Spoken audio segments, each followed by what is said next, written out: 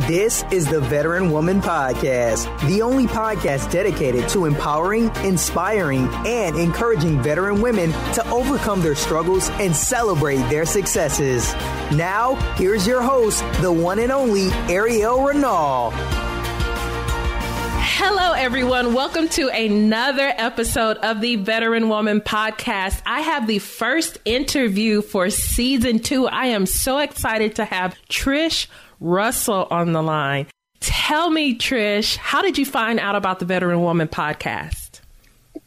I went researching for podcasts that would be a great fit for the message out there. And you're a veteran, you're a female. So I just had to get to know you more. So tell us about yourself. So I am a mama of 3.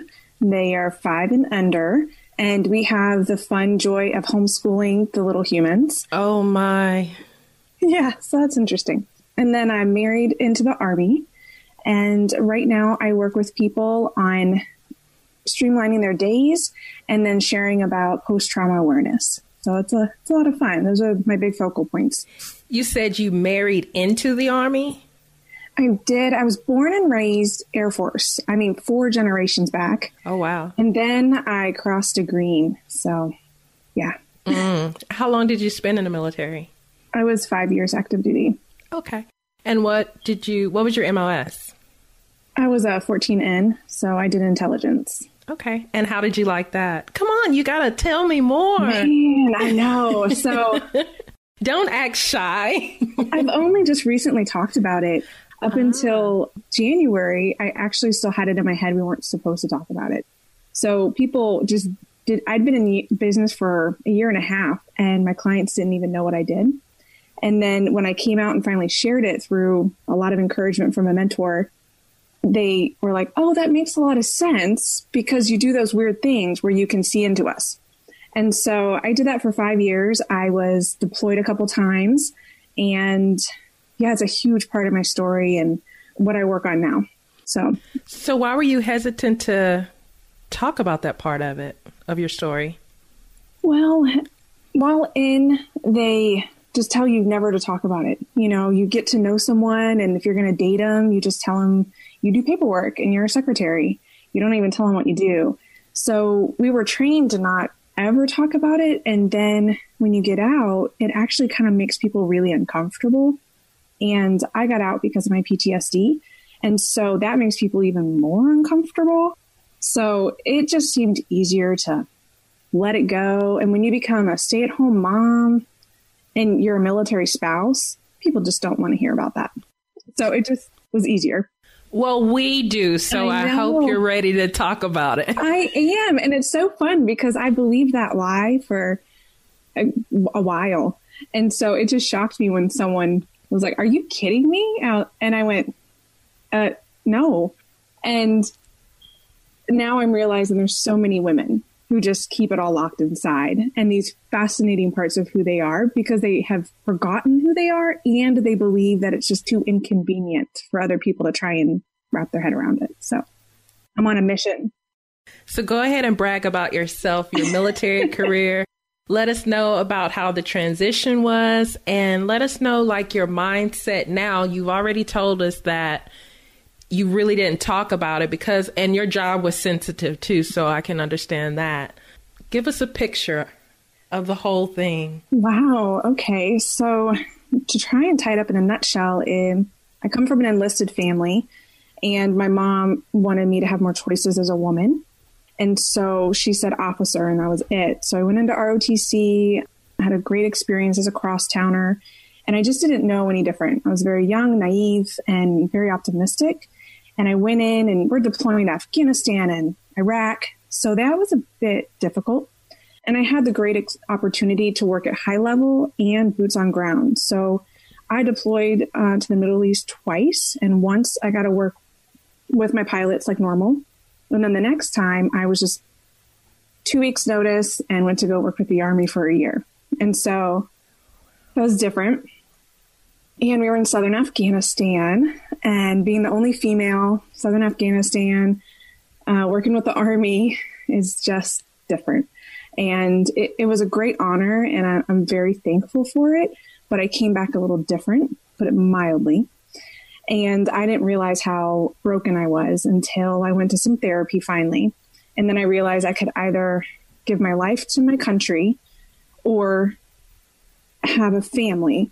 I couldn't do both with where I was at and our deployment ratios and that kind of stuff. So I decided to get out. And then I just kind of shut that side down and locked it away. And for the last year, I've actually been able to retrain my brain. And so now I'm a big part of what I do. I get to work with women to help them bridge the gap between their dreams and what they want to do and get visible online and confidently do that. But then I also get to help people with what does life look like after trauma and is there hope? Because I believed for 6 or 7 years, I tried to get help. I tried to fix my brain, but I couldn't. So I just thought I was broken and I'd always be that way. I had actually given up. And again, I'm in the Midwest. I didn't share that before, but I'm in the Midwest. I'm a stay-at-home mom. Okay, so where in the Midwest? I'm in Central Illinois. Okay. I'm in Kansas. Nice. I don't know if you knew that. No. So not far. No, you totally get it. The culture. Yeah. And my husband's active Army, but he's in the Guard. So we're just weird. And so I this whole past year through business is actually how I retrained my brain, which is crazy. And now I'm on a mission to just help other female veterans. And actually I've been able to help some men too, to realize we can define a new future and we can see what's going on. And I've actually been able to help some people that have trauma, that have PTSD for other reasons. So I just want to keep giving that gift back. So why did you decide to go into business? Because I had to pay off our driveway. So it was an accident. Really? Yeah. When I came back from Afghanistan, I had a different view of the world, of course.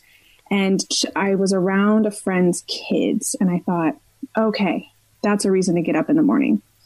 And so when I got out, I went back to school, got a master's in early childhood education. I was a children's ministry director. I was working with kids. And then our church campus unexpectedly closed down. We had just bought a driveway and I had 3 babies. So that limits your options to bring in income. And so I went into direct sales because I thought, okay, well, she's bringing in money. She's paid for a bathroom. So obviously she knows what she's doing. Right. And then through that, I learned about personal development. I didn't have to go to a university to learn. Uh-huh. And so it's pretty much, stuff you do in the military, all that personal development. But I learned the civilian side of it. And I just fell in love with business. So. Oh, my goodness. Have you heard my story? No. Because it sounds so similar. You have to hear it. I'm not going to tell it right now, but you have to hear it because I've always been an entrepreneur in some form of fashion. But when I transitioned out, I was doing direct sales, learned a ton from it. And that's when I first came in contact with the world of coaching. And then ended up getting into business for myself because it was a need. It was like, okay, I got to do something to bring in some income.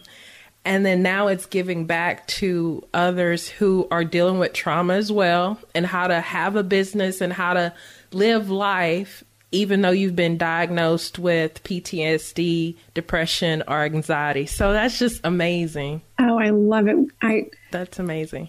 I can't wait to go and listen to it because I've heard some of your podcasts, but you're so kind and make it all about your guest. So I need to go. Yeah. And apparently I need to make it more about me. So if you don't find my story, let me know, because then I know I need to talk about it more. Oh, I will. I'm intrigued even more. Wow.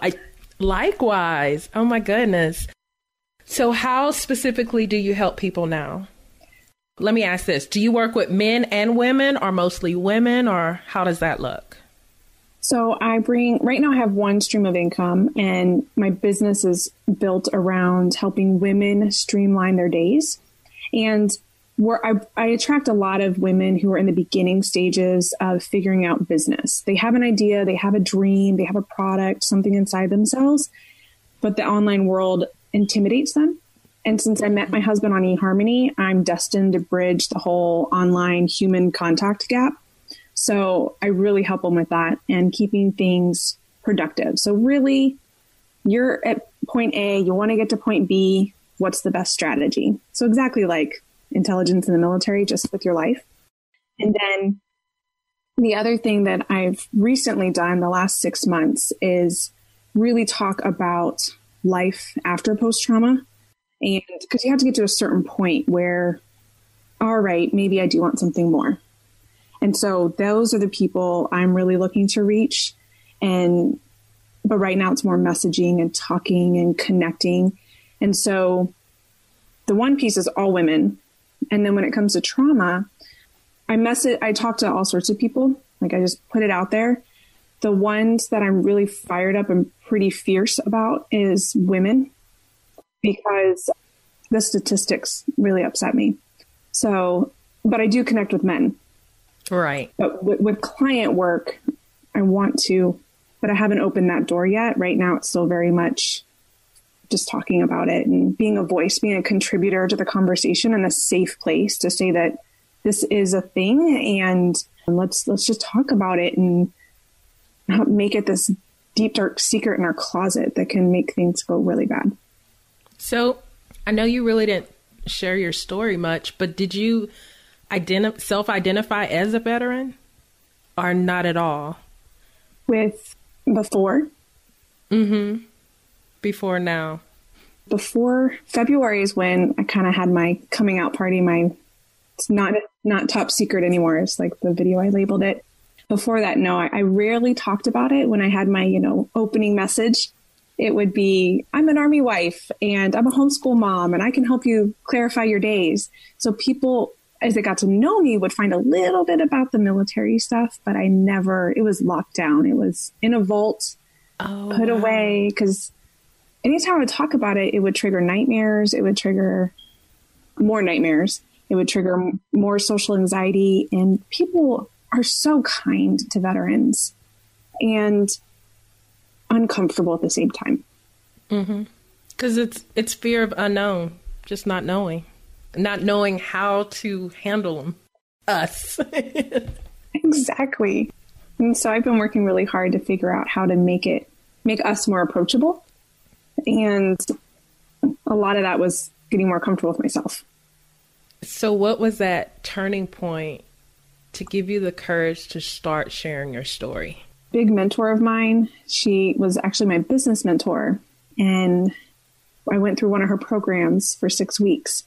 And she, as any good business mentor does, they ask for a testimonial. Mm-hmm. And my testimonial was, I don't have nightmares anymore. I can read 2 news stories, not much more than that, but I can actually read some. And I can talk to people without all the anxiety things. And she's like, wait, what? I didn't even know you were a veteran. Like, what are you talking about? And as I continued to go through her program, I just got stronger mentally and I was able to tactically think. Because with what I did, they taught you how to tactically think. And whenever I brought that into my current life, my brain would kind of break. It just couldn't process. And so I would not turn into a good version of myself because I couldn't cope. And I told her, I was like, I can think about the future and then I can think about right now and I can think big and tactical and like I used to. And she's like, what are you talking about? And so I won she's really generous and she did this big push. We're winning a VIP day. So she actually flew to my house and we were in the Chick-fil-A drive-thru and she said, what is this PTSD thing? And I give like the answer. Mm-hmm. And she's like, no, seriously, tell me the real story. And so in Chick-fil-A, I'm telling her the story that triggered a lot of it. And after that moment, she said, you are meant to help other veterans. And I just laughed at her. But I also believed her and trusted her.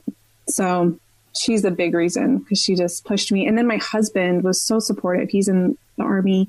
And I thought, well, honey, but you guys are a target. And he's so sweet. He's like, I'm already a target.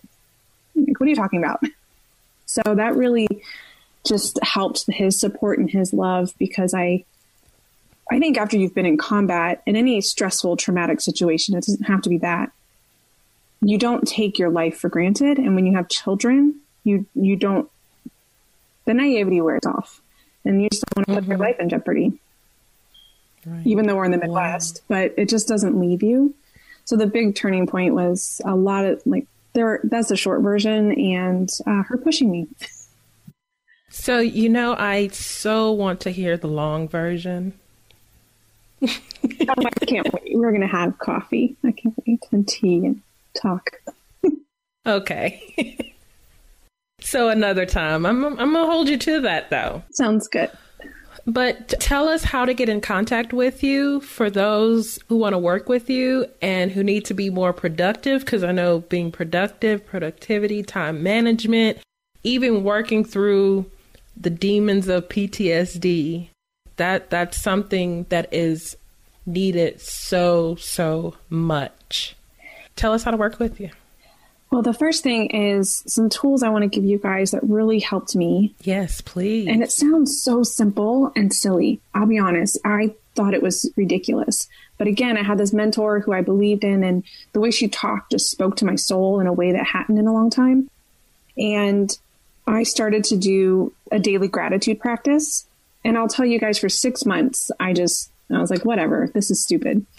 And then I started doing it and I still thought it was ridiculous, but I did it because I wanted to work with her and it was a prerequisite.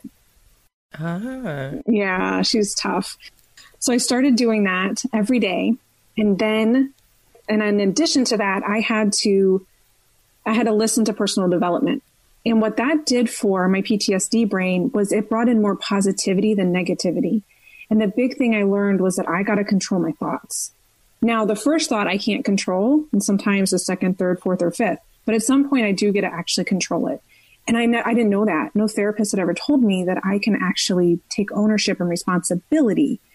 And veterans know how to do that. We're programmed to do that. And so it was a real big wake up for me.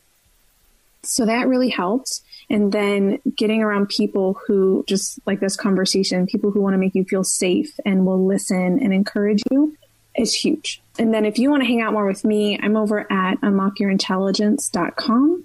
And then you can also find me over at Find Trish Russell and friend me on Facebook. I use Facebook as a source to meet people and build a community and just spread hope. Wow. Thank you so much for all that you do. And we're definitely going to keep in touch and learn more about each other because apparently we have so much in common.